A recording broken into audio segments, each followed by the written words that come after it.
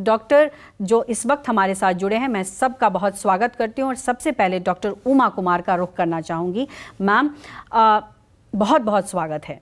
और आज इस टॉपिक को लेने का उद्देश्य यही है कि जो हमारा देश इस बीमारी की जकड़ में है और ख़ासकर जो युवा हैं, अगर युवा इसकी जकड़ में आ जाएंगे तो जाहिर तौर पर देश की प्रगति में सबसे बड़ा रोड़ा वही अटकाएगा। तो ऐसे में ये समझना ज़रूरी है कि आखिर क्या वजह है कि युवा जो हैं ये इसकी चपेट में आ रहे हैं और इसको कैसे रोका जाए। देखिए, सबसे पहले तो ये समझना ज़रूरी है कि ये बीमारी हो क्यों रही है, तब ये आसान हो जाएगा जानना कि युवा क्यों इसकी चपेट में आ रहे हैं। तो जब हम आर्थराइटिस की बात करते हैं तो उसको दो प्रकार की आर्थराइटिसों में डिवाइड कर देते हैं। एक होती है डिजेनरेटिव आर्थराइटिस, जो कि लाइफस्टाइल डिजीज़ है। दूसरी होती है इन्फ्लेमेटरी आर्थराइटिस, जिसमें बहुत प्रकार के आर्थराइटिस आते हैं, जैसे कि auto immune diseases, rheumatoid arthritis का नाम आपने सुना होगा, एंकाइलोजिंग स्पॉन्डिलाइटिस का नाम आपने सुना होगा, या ल्यूपस जैसी ऑटो इम्यून बीमारियां जो हैं। और ये सच है कि जो ऑटो इम्यून बीमारियां हैं वो महिलाओं में ज़्यादा कॉमन होती है, लेकिन आर्थराइटिस का अगर प्रेवलेंस देखें, जोड़ों में दर्दों की समस्या देखें, तो फीमेल हो या मेल्स हो, दोनों में बराबर प्रकार से बढ़ रही हैं आज के टाइम में। आपने देखा होगा युवा में जो पीढ़ी है, आज की पीढ़ी है, उसमें जो लाइफस्टाइल डिजीजेस हैं वो एज सच बहुत बढ़ रहे हैं।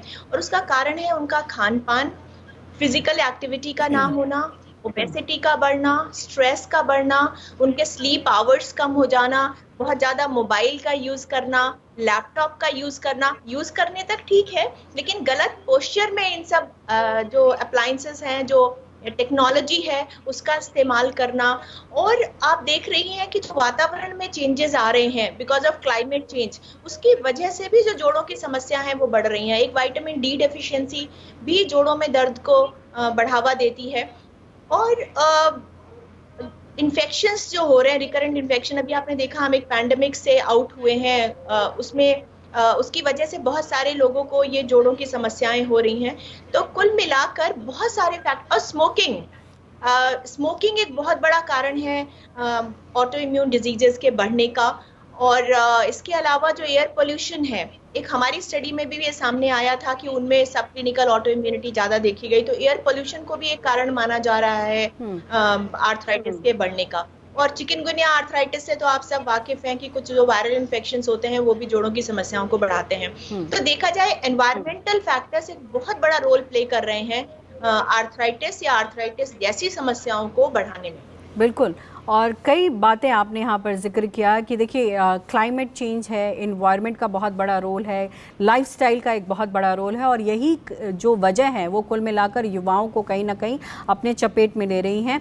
आपसे मैं और भी समझना चाहूँगी, चूँकि आपने शोध की भी बात की है, आप लोगों ने कई रिसर्च भी किए हैं इसको लेकर के कि किस तरीके से बीते समय में ये जो ग्राफ है आर्थराइटिस का, जिसमें आपने ये बताया कि कई तरह के आर्थराइटिस होते हैं, वो तेज़ी से बढ़ा है। तो सबसे पहले मैं यहाँ समझना चाहूंगी कि युवाओं में खास करके कौन से आर्थराइटिस ज़्यादा देखे जाते हैं। ऑस्टियोआर्थराइटिस भी हम देखते हैं, स्पॉन्डिलाइटिस भी हम देख रहे हैं, तो सबसे ज़्यादा क्या है जो उनको परेशान कर रहा है।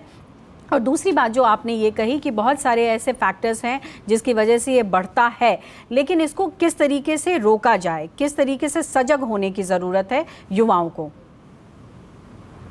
देखिए, ऑस्टियोआर्थराइटिस की जब हम बात करते हैं तो बात करते हैं डिजेनरेटिव जॉइंट डिजीज, यानी कि जॉइंट में जब वेयर एंड टेयर ज़्यादा होती है, उसकी वजह से जो बदलाव आता है हड्डियों के एंड्स पे, यानी कि जॉइंट्स में, और लुब्रिकेंट जो कम हो जाता है, उसकी वजह से जो आर्थराइटिस होती है, दर्द होता है, उसको हम ऑस्टियोआर्थराइटिस कह देते हैं। पहले ये बीमारी बुजुर्गों की मानी जाती थी, लेकिन आजकल युवाओं में भी देखने को मिल रही है। इवन 30 इयर्स के एज में भी हमने देखा है लोगों में ये इस तरह की डिजेनरेटिव समस्या एक्सेलरेट हो गई है, यानी कि बढ़ गई है।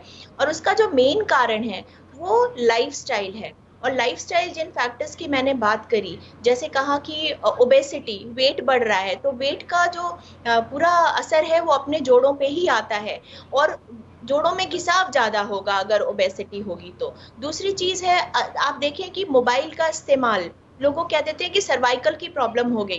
तो जब मोबाइल का इस्तेमाल करते हैं तो कई बार आपने देखा होगा हमारा जो ब्रेन का जो वेट है, इसका पूरा वेट मिला के 3.5 to 4 kg वेट हमारे सर्वाइकल स्पाइन पे पड़ता है, यानी गर्दन की हड्डी पे।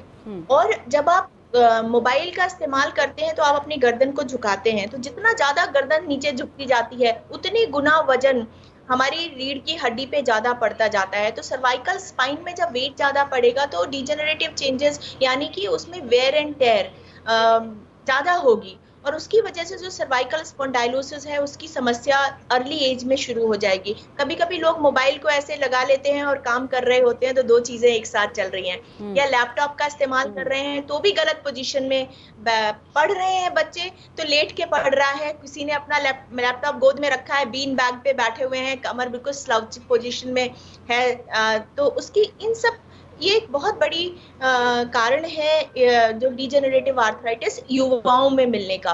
इसके अलावा जैसे आप एंकाइलोजिंग स्पॉन्डिलाइटिस की बात कर रही थी, वो इन्फ्लेमेटरी आर्थराइटिस के ग्रुप में आ जाता है, जिसका स्पेसिफिक ट्रीटमेंट होता है। उसको हम लाइफस्टाइल डिसऑर्डर नहीं कह सकते, लेकिन जो लाइफस्टाइल फैक्टर्स हैं वो बढ़ावा देते हैं उस बीमारी को होने में। जैसे मैंने स्मोकिंग की बात की, तो टोबैको एक बहुत बड़ा कारण माना जा रहा है इन सब नॉन कम्युनिकेबल डिजीजेस के जो प्रेवलेंस है जो बढ़ रही है समाज में।